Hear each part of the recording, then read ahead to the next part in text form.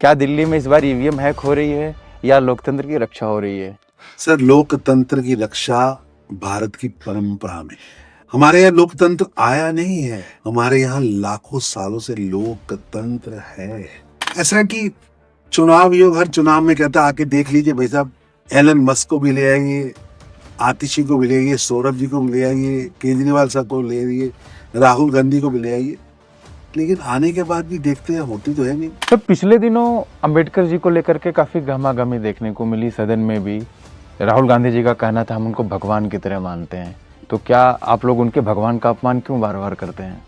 पूज्य डॉक्टर भीमराव अंबेडकर सचमुच भारत के नागरिकों के लिए भगवान है। देश के हर नागरिक को अधिकार देने का काम, देश के महिलाओं को अधिकार देने का काम, देश के 140 करोड़ भारतीयों को वोट का अधिकार देने का काम उन्होंने संविधान निर्माता के रूप में लिख के किया। लेकिन मैं राहुल गांधी जी आपसे पूछना चाहता हूँ, ये दोहरा चेहरा, ये घड़ियाली आंसू तो कुछ और है और सच कुछ और। जनता जानना चाहती है, देश जानना चाहता है। दिल्ली चुनाव आप लोग कर रहे हैं और अभी से बिहार चुनाव को लेकर के भी गतिविधियां जारी हो गई हैं। तो बिहार चुनाव को आप किस नज़रिए से देखते हैं, क्योंकि वो भी इसी साल होना है, वहाँ पे क्या परफॉर्मेंस होने वाला है? मेरा ऐसा मानना है जी कि इंडी गठबंधन एक भानुमति का कुनबा है, जिसमें कोई आइडियोलॉजी नहीं है, जिसमें भ्रष्ट पॉलिटिशियंस ने अपने बच्चों को कैसे नई प्लेसमेंट देनी है और लूट खसूट के पैसे को कैसे बचाना है, उसके लिए जो दल बने हैं, उन दलों द्वारा ये गठबंधन बना है। इंडी गठबंधन अस्तित्व में नहीं। आप देखिए, इंडी गठबंधन का पहला नाम यूपीए था। यूपीए 1 और 2 की काली दास्तान है, ब्लैक स्पॉट की तरह उनके दस्ता। इसलिए जनता ने लगातार उनको नकारा है, उन लोगों के मन के अंदर के मैल के कारण उनको। आपके परिवार के भगत सिंह जी के परिवार से ताल्लुकात थे, ऐसा हमें जानकारी मिली। मेरे को मेरे दादी जी बताते थे कि जब शहीद आजम भगत सिंह का केस चल रहा था, जब पूरी सरकार उनके खिलाफ काम कर रही थी, तो उनकी बैठकें हमारे घर पर होती थी। जब कोई उनके साथ चलने को डरता था, तो अमृतसर में एक बहुत बड़ा स्वतंत्रता सेनानी परिवार था मास्टर फूलानंद जी का, तो वो उन सब चीजों की देख रेख करते थे। ऐसे समय में हमारे घर पे शहीद आजम के परिवार के पूज्य माता पिताजी सरदार किशन सिंह जी, माँ विद्यावती जी की कई बैठकें हुई। जैसे अक्सर हम देखते हैं किसी भी चुनाव से पहले खबर आती है मीडिया में कि संघ और भाजपा के बीच में कुछ खटास चल रही है, कुछ अनबन है, संघ का नेतृत्व बीजेपी के नेतृत्व से नाराज है। तो मैं इस पे आपसे जानना चाहूँगा, क्योंकि आप भी उस सिस्टम के हिस्सा हैं, क्या ऐसा होता है, या होता है तो फिर इसको कैसे सुलझाया जाता है? ये रीति बहुत पुरानी है, सबकी यही कहानी है, कायर भोगे दुख सदा, वीर भोगे वसुंधरा।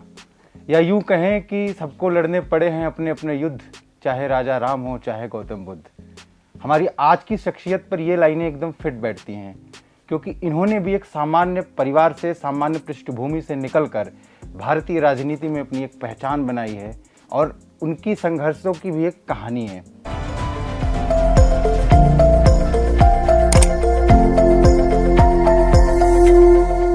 नमस्कार दोस्तों, मेरा नाम है सौरभ पांडेश्वर और आपका स्वागत है इस कार्यक्रम में। साथ ही साथ स्वागत करिए हमारे आज के मेहमान भाजपा के राष्ट्रीय महामंत्री श्री तरुण चुग जी का। बहुत बहुत स्वागत है सर आपका। सर, हम बातचीत शुरू करें, सबसे पहले मैं आपसे जो जानना चाहूँगा, जो कि मुझे लगता है आपकी पार्टी से जुड़े लोग भी या जो भी लोग आपको फॉलो करते हैं, सबकी ये जिज्ञासा होगी जानने की कि आपकी यात्रा कैसी रही।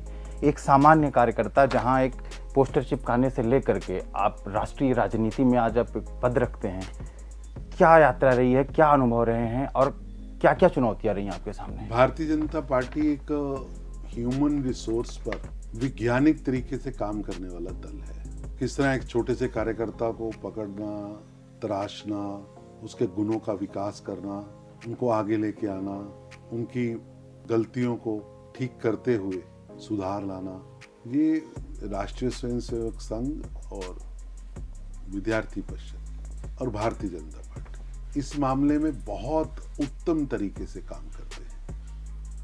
और मैं देख रहा हूँ, और मेरे जीवन के तीसरी पीढ़ी का कार्यकर्ता हूँ जी। भारतीय जनता पार्टी किसी बाप बेटे की, माँ बेटे की, चाचा भतीजा की, किसी वंशावली की पार्टी नहीं है। भारतीय जनता पार्टी आइडियोलॉजी को सामने रखकर काम करने वाला दल है और आइडियोलॉजी की आत्मा नेशन फर्स्ट और गरीब कल्याण, एकात्म मानव दर्शन। प्रधानमंत्री जी जब कहते हैं ज्ञान मेरी कमिटमेंट है, मेरी वचनबद्धता है, तो जी यानी गरीब, युवा, अन्नदाता, महिला, और उन्होंने जीवन में वो करके भी दिखाया है। जो सोच 60 के दशक में भारतीय जनता पार्टी के उस समय के राष्ट्रीय अध्यक्ष महर्षि पंडित दीनदयाल उपाध्याय जी ने सोची थी, लिखी थी, जिसे भाजपा ने अडॉप्ट किया, जिसके सामने रखकर भारतीय जनता पार्टी का कार्यकर्ता सदस्यता लेता है, शपथ लेता है, आगे बढ़ने की बात करता है, वो एकात्म मानव दर्शन, यानी समाज के अंदर सबसे पिछड़ा, गांव में सबसे वंचित, अंतिम पंक्ति में खड़ा हुआ व्यक्ति, वो हमारी योजना का आधार होगा। और मैं धन्यवाद करता हूं भारतीय जनता पार्टी की पूर्ण बहुमत की सरकार आदरणीय श्री नरेंद्र मोदी जी के नेतृत्व में 2014 में हमने देखी, और एक गरीब की झोंपड़ी कैसे इंपावर्ड हो सकती है, कैसे समाज की अंतिम पंक्ति में खड़ा हुआ व्यक्ति इंपावर्ड हो सकता है, वो प्रधानमंत्री नरेंद्र मोदी जी ने करके दिखाया। उनका जो लाल किले का पहला भाषण है 15 अगस्त 2014 का, वो बताता है कि क्या एक बड़ा नेता, बड़े विजन का नेता कैसे अपने कामों के माध्यम से, अपनी योजनाओं के माध्यम से गरीब की झोंपड़ी को इंपावर्ड कर सकता है। जिस भाषण का जिक्र सर आप कर रहे हैं उसको लेकर के भी तमाम तरीके की बातें की जाती कि प्रधानमंत्री खड़े होकर शौचालय की बात कर रहे हैं लाल किले से, बताइए। ऐसा है कि आप लोगों ने, कांग्रेस के लोगों ने 7 दशक नहीं की, मोदी जी ने की है,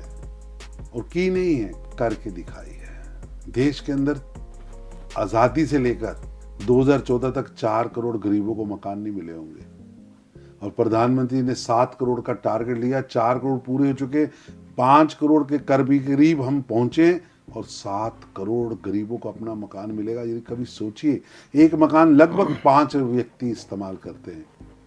देश के 35 करोड़ नागरिकों को पक्की छत देने का काम प्रधानमंत्री मोदी जी ने करके दिखा दिया। कभी सोचिए कि देश के अंदर लगभग 12 करोड़ गरीबों के घर पे शौचालय, 12 करोड़ से ज्यादा घरों पर रसोई गैस, 14.5 करोड़ से ज्यादा घरों पर पीने का पानी नल से पहुंचाने की कमिटमेंट और उसे पूरा करना, गरीबों को मेडिकल इंश्योरेंस से जोड़ना, 80 करोड़ हिंदुस्तानियों का पेट भरा रहे इसकी चिंता करना, यानी रोटी, कपड़ा और मकान, ये भारतीय जनता पार्टी के लिए किसी फिल्म का नाम नहीं है। भारतीय जनता पार्टी ने सबका साथ सबका विकास के मंत्र को सामने रखते हुए प्रधानमंत्री मोदी जी ने गरीब कल्याण को एक उत्सव के रूप में मनाया और अपने जीवन का पग पग, पल पल गरीब कल्याण हेतु लगाया। मैं समझता हूँ ये आजाद भारत की 14 से जो एरा शुरू हुई है, ये गोल्डन एरा है। विकसित भारत का सपना हमने कभी सोचा ही नहीं था। कहा जाता था विकासशील भारत, हम सभी थर्ड कंट्री हैं। मोदी ने मिथक तोड़ दिया और विकसित भारत के संकल्प को सामने लिया। और यही नहीं, आर्थिक रूप से कभी भारत आगे बढ़ पाएगा किसी ने कल्पना भी नहीं की थी, सोचा भी नहीं था। और हम ग्रेट ब्रिटेन, बड़े बड़े देशों को पीछे फेंक कर विश्व की सबसे तेजी से बढ़ने वाली अर्थव्यवस्था बनेंगे, और ऐसी अर्थव्यवस्था बनेंगे जो पहले 5 में आएगी। यहां भी प्रधानमंत्री रुकते नहीं हो, कहते वर्ल्ड की तीसरी महाशक्ति बनना है। मैं समझता हूं ये बहुत बड़ी जीत है, ये भारत की जीत है, भारत के नागरिकों की जीत है, ये भारत के डीएनए की जीत है, ये भारत की सांस्कृतिक प्रणाली की जीत है। जी सर, आपने सरकार के इतने सारे काम गिनवाए, बताया यार। मैंने तो भाई साहब काम गिनाऊंगा तो आपका पॉडकास्ट कर नहीं, बिल्कुल सही बात है। आपने जो योजनाएं मोदी जी की, जो जन कल्याणकारी नीतियां, उसके विषय में इतना विस्तार से बताया। और अभी इस वक्त हम दिल्ली में बैठे हैं, जहाँ का तापमान वैसे तो बहुत कम है, लेकिन राजनीतिक तापमान यहाँ का बढ़ा हुआ है। तो ऐसे में अगर हम राजनीतिक सवाल ना करें तो हमारे दर्शक बुरा मान जाएंगे। तो दर्शकों की खातिर मैं चाहूँगा कि मैं दिल्ली में क्या होने जा रहा है आपसे जानूँ। क्या दिल्ली में इस बार ईवीएम हैक हो रही है या लोकतंत्र की रक्षा हो रही है?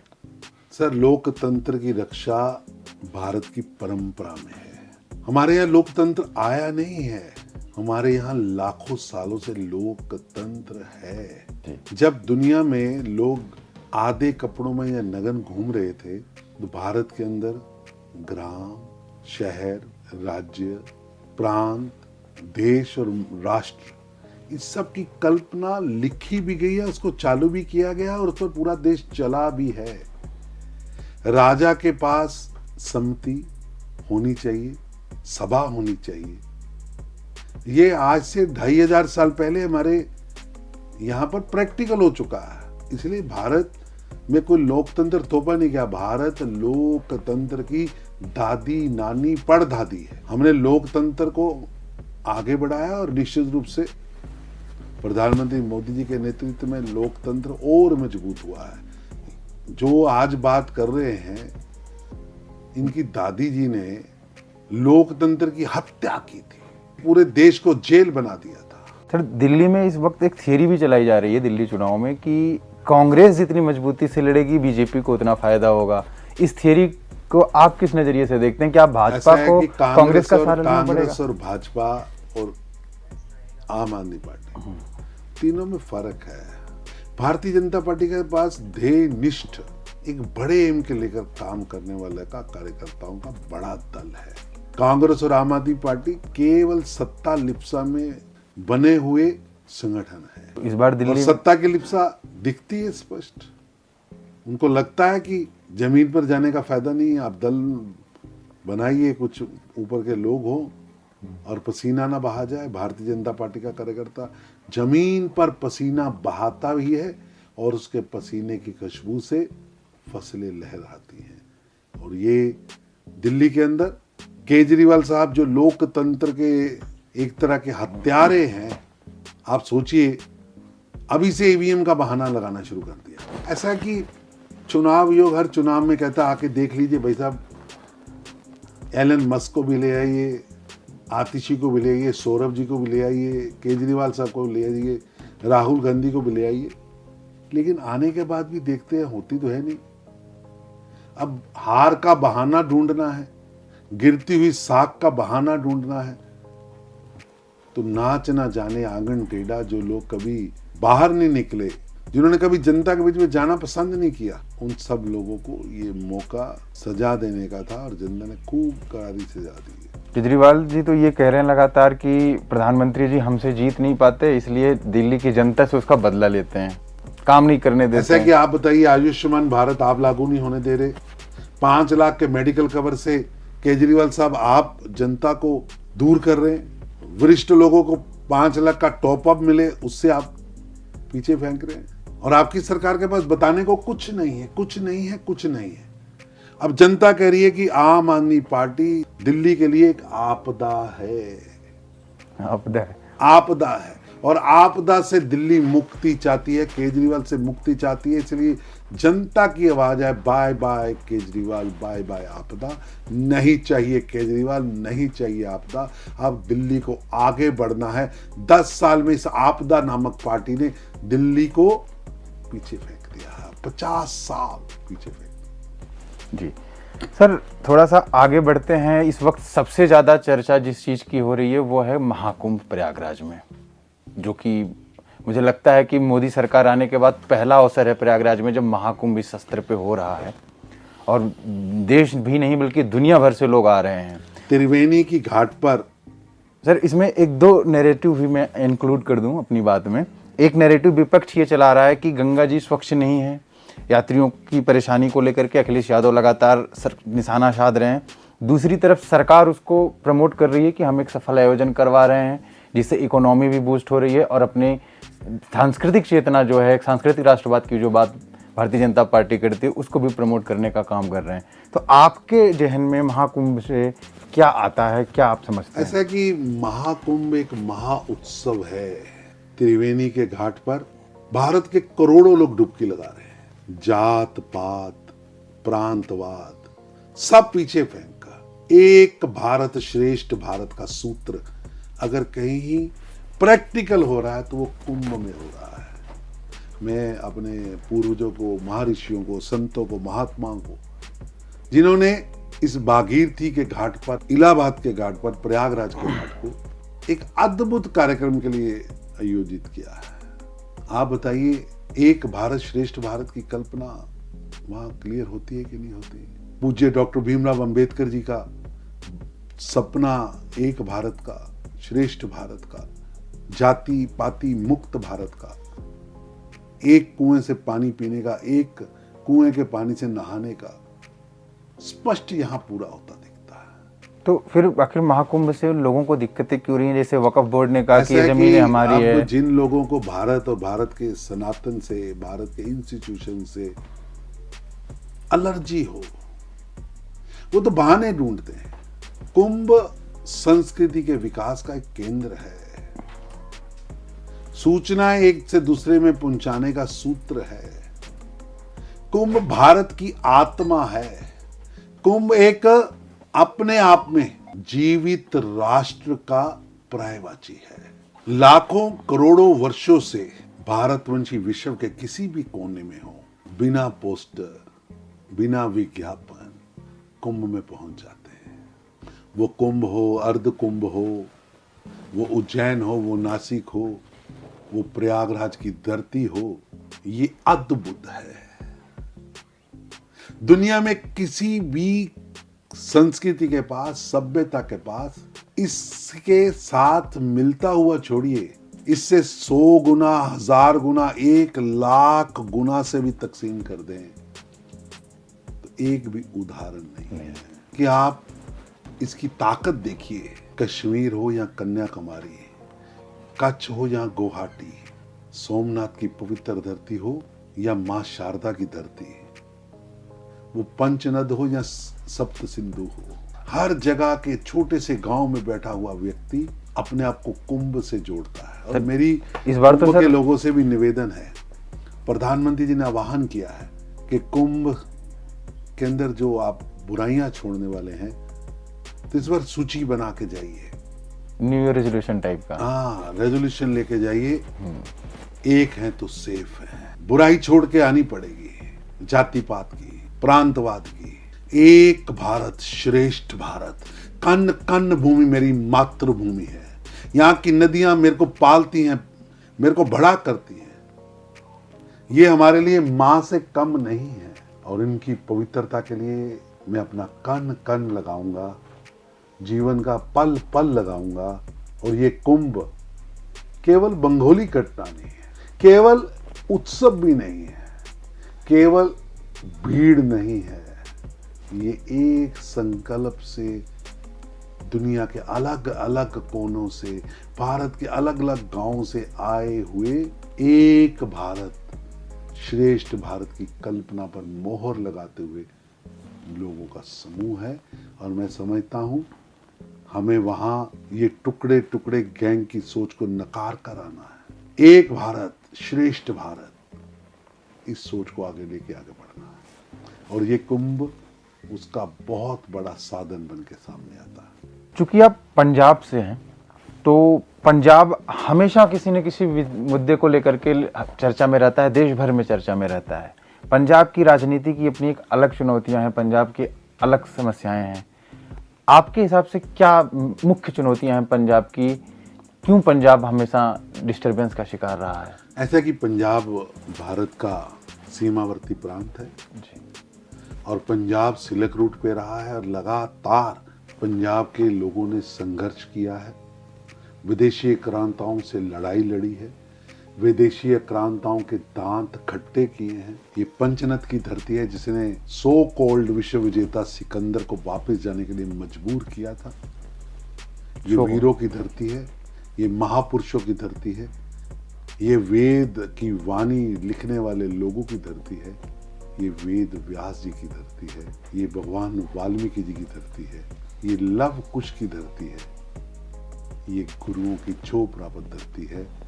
गुरु परंपरा जहां आगे बढ़कर आई और जिसमें से सिखिज्म निकला, ये उसकी धरती है। ये पवित्र धरती है जहां कबीर आए, गुरु नानक आए, गुरु गोविंद सिंह जी आए, समाज सुधारक भी आए, और देश की अस्मिता के लिए, देश को गुलामी से बचाने के लिए धर्म की रक्षा के लिए बलिदान देने वाले गुरु तेग बहादुर हिंद की चादर, वो भी आए।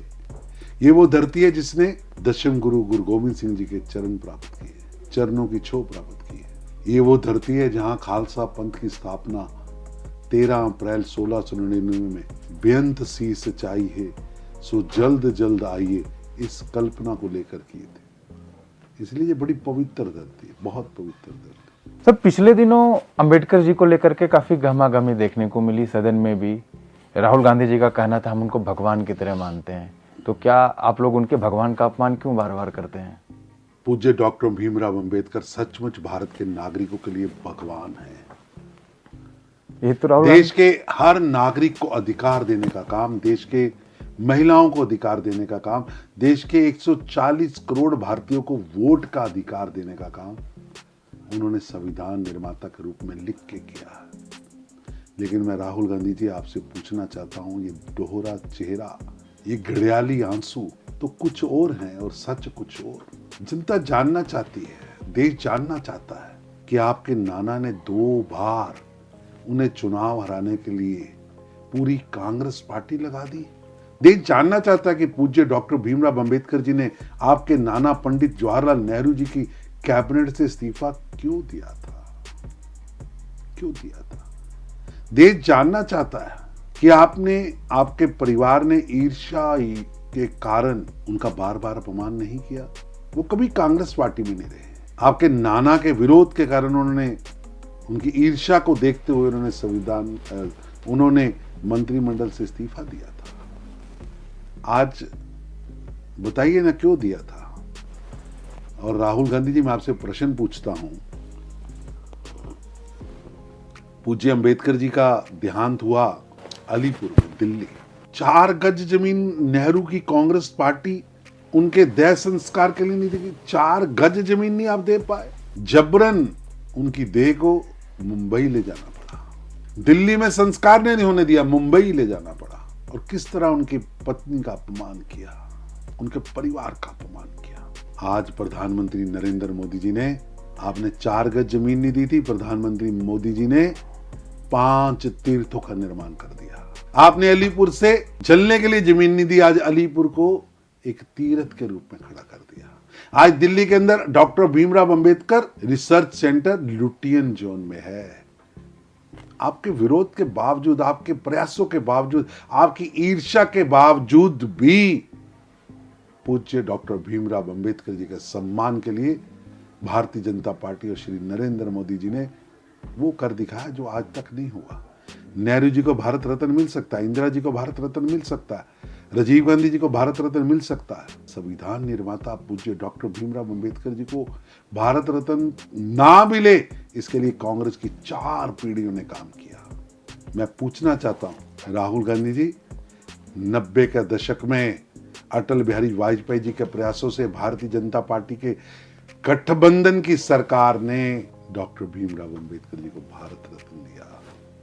देश सच जानना चाहता है, बताइए ना क्यों इंदिरा गांधी जी ने डॉक्टर भीमराव अंबेडकर जी की सोच कि मंडल कमीशन के द्वारा वंचितों को राइट्स मिले, उस सोच का विरोध किया और फाइल को रोके रखा। राजीव गांधी जी ने तो मंडल कमीशन और वंचितों के आरक्षण के खिलाफ सदन के अंदर भाषण दिया। वंचितों के विरोध में, आरक्षण के विरोध में आपके पिता श्री राजीव गांधी जी ने भाषण दिया, सदन के पवित्र पटल पर दिया। आप बात कर रहे हैं जिनकी 4 पीढ़ियां 7 दशक से पूज्य डॉक्टर भीमराव अंबेडकर जी का, संविधान का, आरक्षण का, देश के कॉन्स्टिट्यूशन का बार बार अपमान करते आ रहे हैं, वो प्रश्न उठा रहे हैं। प्रधानमंत्री मोदी जी ने 5 तीर्थों का निर्माण किया, post matric scholarship, pre matric scholarship, यहां तक कि बैकवर्ड क्लास को संवैधानिक दर्जा देना हो या 5 तीर्थों का निर्माण हो, डॉक्टर भीमराव अंबेडकर जी की सोच हर छात्र तक पहुंचे, उसके लिए प्लानिंग हो, वो करके दिखाया है। आपकी तरह दोहरा और गुड़ियाली चेहरा नहीं है। हमारे गुरुजी बताया करते थे सर, जो पढ़ाते थे शिक्षक हमारे, कि किसी संस्था के बारे में अगर कोई चीज़ जाननी हो तो जिम्मेदार व्यक्तियों से पूछा जाए जो उस सिस्टम का हिस्सा हैं, वो बता पाएंगे कि कोई भी खबर है उसके बारे में कितनी सच्चाई है। तो जैसे अक्सर हम देखते हैं किसी भी चुनाव से पहले खबरें आती है मीडिया में कि संघ और भाजपा के बीच में कुछ खटास चल रही है, कुछ अनबन है, संघ का नेतृत्व बीजेपी के नेतृत्व से नाराज है। तो मैं इस पे आपसे जानना चाहूँगा, चूँकि आप भी उस सिस्टम के हिस्सा हैं, क्या ऐसा होता है, या होता है तो फिर इसको कैसे सुलझाया जाता ये है? कोई सिस्टम है ही नहीं। संघ एक सामाजिक संगठन है, संघ एक स्कूल ऑफ थॉट है। संघ प्रतिदिन राष्ट्र प्रथम, भारत को विश्व गुरु के सिंहासन पर पहुंचाना है, भारत को आगे बढ़ना है, भारत के लिए ही काम करना है, ऐसी सोच रखने वाले, स्वयं इच्छा से काम करने वाले, राष्ट्र प्रथम की सोच को आगे बढ़ाने वाले लोगों का संगठन है। और उसी में से बहुत से कार्यकर्ता संघ की आइडियोलॉजी को सामने रखकर देश के लिए काम करने के लिए संकल्पबद्ध होकर व्यक्ति निर्माण के इस काम में से निकलकर राजनीतिक काम में लगते हैं। तो फिर ये खबरें जो प्लांट होती हैं कहाँ से होती ये हैं? सब इटली का चश्मा पहनने वालों की खेल है। उन्हें क्या पता, संघ एक तपस्या का नाम है। संघ जीते हुए देश के लिए काम करने का काम है। पल पल जीवन का राष्ट्र को समर्पित, इदं मम समर्पित, सब कुछ समर्पित, तन समर्पित, मन समर्पित, ये राष्ट्र तुझे और क्या समर्पित करूं, ऐसी सोच लेकर चलने वाले लोगों का संगठन है। और मुझे प्राउड है कि हमारे जीवन के अंदर जो कुछ है वो राष्ट्रीय स्वयंसेवक संघ से सीखा है। और हमारे जैसे लाखों करोड़ों भारतीय हैं जिन्हें संघ का स्वयंसेवक होने पर प्राउड है। देश के लिए मर मिटने वाले लोगों का टोला है संघ। रंग दे बसंती चोला ये पहन के निकले हुए देश के लिए जीने वाले लोगों का टोला है संघ। एक पवित्र संगठन है संघ, और भारतीय जनता पार्टी और संघ में कभी मतभेद हो ही नहीं सकता। तो हमारे दर्शकों को भी मैं बताना चाहूँगा कि ये खबरें केवल खबरें होती हैं, इसमें कोई सच्चाई नहीं होता है। खैर सर, आगे बढ़ते हैं। कुछ पहले तो मैं जानना चाहूँगा कि अभी पार्टी आपकी जो प्रधानमंत्री जी के अभियान जो संविधान गौरव यात्रा है, इसके विषय में कुछ आप अगर बताना चाहें कि क्या है ये संविधान गौरव यात्रा? ऐसा कि संविधान का गौरव प्रधानमंत्री नरेंद्र मोदी जी के 2014 के बाद लगातार उन्होंने इस पर काम किया है। इससे पहले भी देश के अंदर संविधान को हाथी पे रखकर किसी ने यात्रा निकाली तो वो श्री नरेंद्र मोदी जी थे, जिन्होंने एज ए मुख्यमंत्री संविधान के 50 साल पूरे होने पर यात्रा निकाली थी। और संविधान की दुहाई तो सर राहुल गांधी भी आजकल बहुत दे रहे हैं, किताब लेके घूमते हैं, दिखाते हैं हर जगह कि उनसे संविधान बचा हम रहे हैं। उनसे पूछना चाहिए कि जब संविधान नहीं, के मतलब 25 वर्ष पूरे हुए सर थे, यहाँ पे ये डिफरेंस करना कैसे होगा कि ये यात्रा और उनकी यात्रा में क्या अंतर है? तथ्य है कि संविधान के 25 साल पूरे हुए 1975 में, तो कांग्रेस ने उसको सस्पेंड कर दिया, आपातकाल लगा दिया,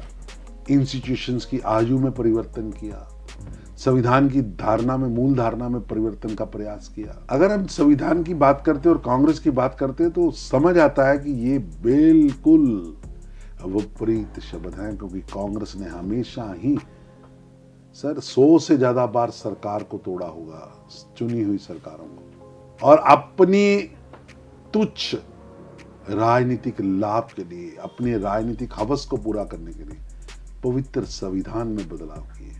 देश में कभी माफ नहीं करेगा।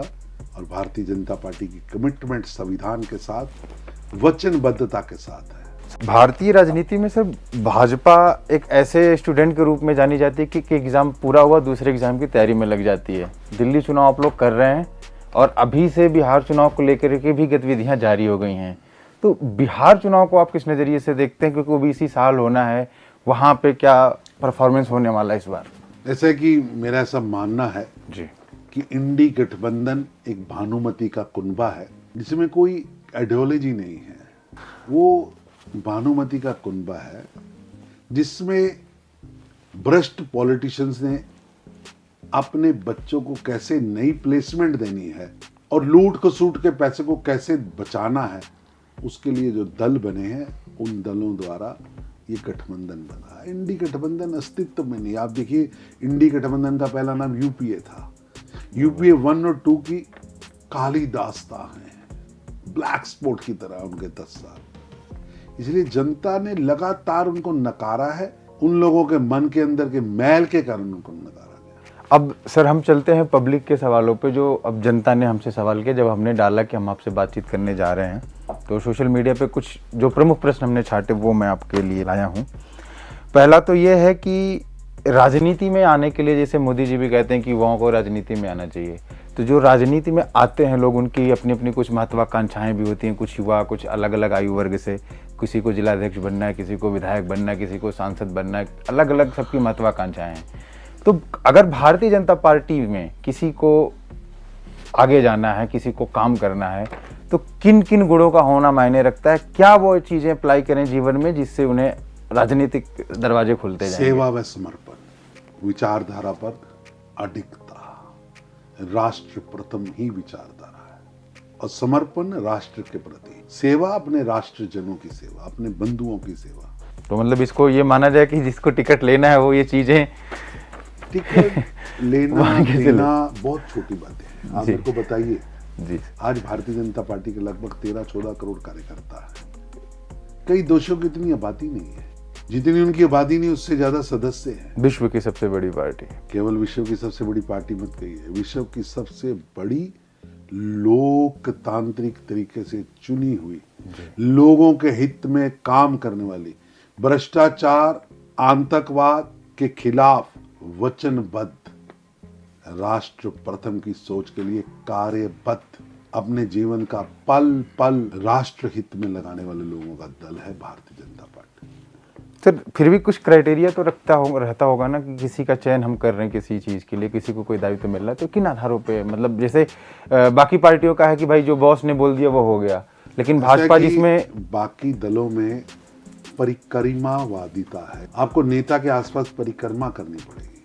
भारतीय जनता पार्टी में पराक्रमवाद है, आपको समर्पण का पराक्रम करके दिखाना पड़ेगा, आपको सेवा का पराक्रम करके दिखाना पड़ेगा, आपको पार्टी की विचारधारा यानी राष्ट्र प्रथम, एकात्म मानव दर्शन, आदर्शता की राजनीति, इस पे चल के दिखाना पड़ेगा, अंगारों पर चल के दिखाना पड़ेगा। अच्छा सर, अब आपके कुछ निजी जीवन से हम सवाल करते हैं। जैसे फिल्में देखते हैं, आप देखते हैं तो किस टाइप की फिल्में आपको पसंद है, खाने में आपको क्या पसंद है? ये जनता के सवाल हैं जो जानना चाहते हैं लोग आपसे। ऐसा है कि मेरे को फिल्मों का शौक है और इतिहास पर पुस्तकें पढ़ने का भी शौक है। इतिहास पर और डॉक्यूमेंट्रीज मेरे को बहुत अच्छी लगती हैं, और सर और मन में कई बार पढ़ते हुए या लिखते हुए चुभन होती है कि क्या कारण था कि हजारों किलोमीटर दूर से आकर तुर्क, मुगल,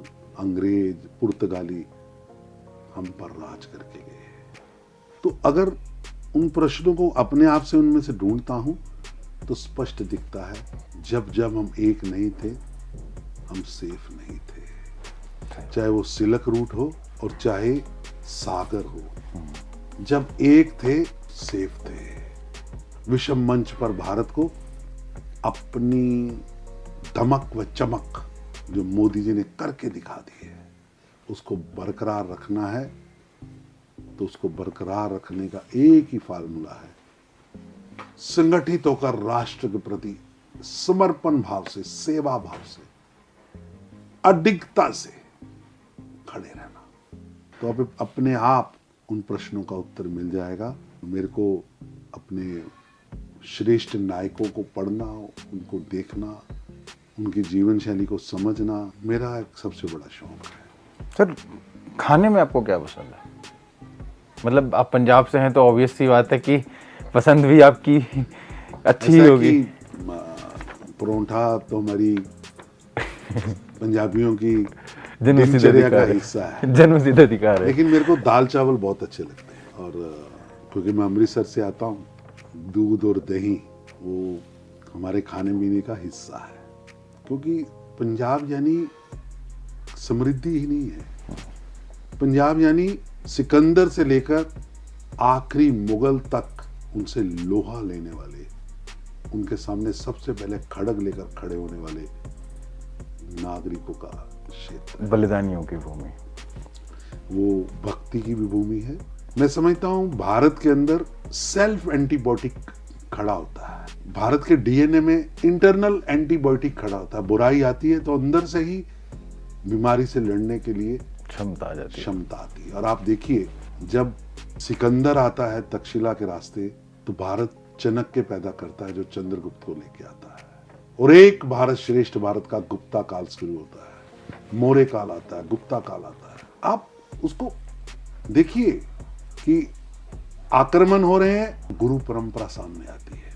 और गुरु परंपरा, जब मुगल कहते हैं कि घोड़ा नहीं रखना, तलवार नहीं रखनी, तो गुरु प्रसाद में तलवार और घोड़े की बात करते हैं।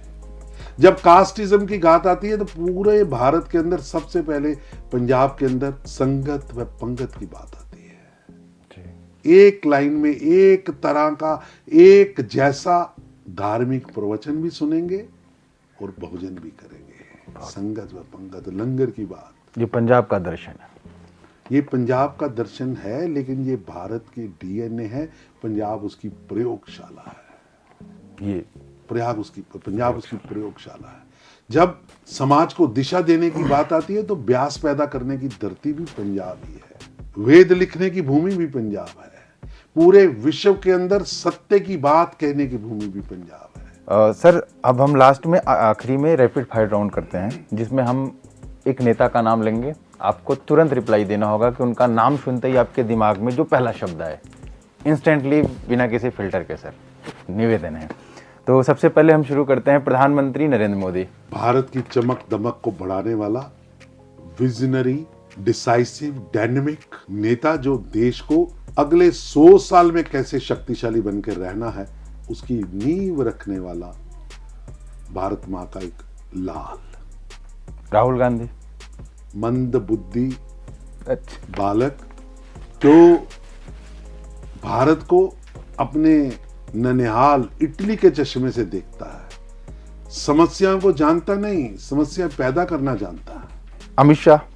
आधुनिक भारत का चाणक्य कहूं या अमात्य राक्षस कहूं, देश के लिए जीना, देश के लिए काम करना और देश की समस्याओं के लिए जूझते हुए खुद को प्रस्तुत करना। एक टास्क मास्टर, देश के लिए लड़ने मरने के लिए हर समय तैयार रहने वाला व्यक्ति। प्रियंका गांधी। दोहरा चेहरा, दोगला चेहरा। लड़की हूं, लड़ सकती हूं, लेकिन कभी लड़ी नहीं। जेपी नड्डा। संगठनकर्ता, सेवा ही संगठन, ये मंत्र देकर कोविड की महामारी में भारतीय जनता पार्टी जैसे बड़े दल को वॉलंटियर फोर्स बनाने वाला एक संगठनकर्ता। मल्लिकार्जुन खड़गे। महापरिक्रमावादिता का चिन्ह। योगी आदित्यनाथ। अपराधियों के लिए काल, लॉ एंड ऑर्डर के लिए वचनबद्ध, भारत की संस्कृति की धरोहर। अरविंद केजरीवाल। झूठा मतकार। भगवंत मान। उनके साथी जो कहते हैं कि वो तो एक कठपुतली है, सरकार तो केजरीवाल चलाते हैं। सुखबीर बादल। संघर्षरत योद्धा। और अंत में मोहन भागवत। पूजनीय, तपस्वी, राष्ट्र रूपी यज्ञ में अपने जीवन के पल पल, अपने रक्त के कण कण को लगाने वाले तपस्वी। अब हम दर्शकों के लिए एक बोनस मिनट में एक प्रश्न सर से करेंगे, जो कि आपके जीवन से जुड़े रिसर्च के दौरान हमें पता चला कि आपके परिवार के भगत सिंह जी के परिवार से ताल्लुकात थे, ऐसा हमें जानकारी मिली। तो मैं चाहूँगा इस बारे में आप हमारे दर्शकों को बताएं कि क्या कहानी है भगत ऐसे सिंह। कि भगत सिंह भारत के नायक हैं और करोड़ों भारतीयों के लिए एक मार्गदर्शक है, इसमें कोई दो राय नहीं। लेकिन 1930 के अंदर जब भगत सिंह जेल में थे तो मेरा जो परिवार है वो सौभाग्यवश क्रांतिकारियों के साथ काम करने का मौका मिला। मेरे को मेरे दादी जी बताते थे कि जब शहीद आजम भगत सिंह का केस चल रहा था, तब उनके माताजी और पिताजी, जब पूरी सरकार उनके खिलाफ काम कर रही थी, तो उनकी बैठकें हमारे घर पर होती थी। जब कोई उनके साथ चलने को डरता था तो अमृतसर में एक बहुत बड़ा स्वतंत्रता सेनानी परिवार था, मास्टर पूर्णानंद जी का, तो वो उन सब चीज़ों की देख रेख करते थे। ऐसे समय में हमारे घर पे शहीद आजम के परिवार के पूज्य माता पिताजी सरदार किशन सिंह जी, माँ विद्यावती जी की कई बैठकें हुई। अगर शहीद आजम भगत सिंह के नाम पर आज चंडीगढ़ में एयरपोर्ट बना तो हमारी सरकार ने बनाया। वीर सावरकर जी के नाम पर अगर एयरपोर्ट किसी ने बनाया तो भारतीय जनता पार्टी ने। नेताजी सुभाष चंद्र जी को जो सम्मान मिलना चाहिए था किसने रोक के रखा? डॉक्टर भीमराव अंबेडकर जी को जो सम्मान मिलना चाहिए था किसने रोक के रखा? राम कुमार बिस्मिल को जो स्थान मिलना चाहिए था वो किसने रोक के रखा? चंद्रशेखर को जो स्थान मिलना चाहिए था, चंद्रशेखर आजाद का नाम लेते ही वो प्रयागराज का वो बाग, वो पेड़, जिस पेड़ से भी अंग्रेज डरते थे, वीरांगनाओं की गाथाओं को देश की नई पीढ़ी को बताया ही नहीं गया। गुरुओं का बलिदानी इतिहास कभी बताया ही नहीं गया। अगर प्रधानमंत्री मोदी जी ने साहिबजादों की शहादत को वीर बाल दिवस बनाया तो मैं समझता हूं उससे उत्तम काम कोई नहीं। देश को पता चलना चाहिए, देश को पता चलना चाहिए कि मुस्लिम धर्म नहीं स्वीकार करेंगे, दीवार में चिनवाए जाएंगे और वो छोटे छोटे बालक, पूजनीय बालक एक पग पीछे नहीं हटे। और गुरु गोविंद सिंह साहब जैसा महान व्यक्तित्व, पिता वारा, चारों बेटे देश के लिए वार दिए, पूरा जीवन 1.25 लाख से एक लड़ाऊं के संकल्प को लेकर उन्होंने काम किया और हम अभी भी गुलामी की निशानियों को गले में लटका कर घूम रहे हैं। आज भी देश की आजादी के 7 दशक बाद एक सांसद भगत सिंह को आतंकवादी कहता है। देश का एक पूर्व मुख्यमंत्री भारत के नक्शे में जो कश्मीर है उस पर सदन के अंदर पूछता है कि अब भारत का हिस्सा है। आज भी नेता अपने तुच्छ राजनीतिक कारणों के कारण एक दल श्री राम जन्मभूमि के अदालत में हो रहे निर्णय को रोकने के लिए अदालत में जाता है, रोड़े अटकाता है, कार सेवकों को के गोलियों से भून दिया जाता है, उनके खून से अयोध्या रंग दी जाती है, सरयू लाल हो जाती है। और यहां तक कि श्री राम जन्मभूमि पर मंदिर निर्माण के फैसले के अदालत के आने के बाद भी 22 जनवरी 2024 के दिन कांग्रेस पार्टी, समाजवादी पार्टी, आम आदमी पार्टी उस कार्यक्रम का बहिष्कार करती है। ये गुलामी है। और यहां तक कि 500 कितनी स्टेट्स को एक करने वाले कांग्रेस पार्टी के ही नेता सरदार वल्लभ भाई पटेल को उचित सम्मान नहीं दिया। जय जवान जय किसान कहने वाले लाल बहादुर शास्त्री जी के साथ, जिसने 1965 के युद्ध को जीतकर पाकिस्तान के दांत खट्टे किए, उस गरीब के बेटे लाल बहादुर शास्त्री जी के साथ कहां न्याय हुआ? सर ये तो एक पूरी लंबी श्रृंखला हो जाएगी। शास्त्री जी हो गए, नरसिम्हा राव जी हो गए, अभी हाल ही में मनमोहन सिंह जी का भी देहांत। सीताराम केसरी का किसने अपमान? सीताराम केसरी जी भी हैं लिस्ट में। जी सर। तो प्रधानमंत्री रहते मनमोहन सिंह जी के सामने किसने अध्यादेश को फाड़ा? किसने बताया कि प्रधानमंत्री के पद से ऊपर 10 जनपद है और 10 जनपद कठपुतली सरकारें चलाता है? दुर्भाग्य है। और मुझे गर्व है कि मैं जिस पार्टी की आइडियोलॉजी में हूं उसके लिए राष्ट्र प्रथम है, राष्ट्र से ऊपर कुछ नहीं, राष्ट्र की सेवा ही सर्वप्रथम है। सर आप हमसे बातचीत किए, आपने बहुत सारे विषयों पर हमारा एक तरीके से कहते हैं कि आंखें खोल दी, जिसे हम पार्टी संघ की बातें, हम लोग जो मीडिया में खबरें पढ़ते हैं, आपसे जानना बहुत ही अच्छा और रोचक रहा हमारे लिए। उम्मीद करता हूँ हमारे दर्शकों को भी ये बातचीत पसंद आई होगी।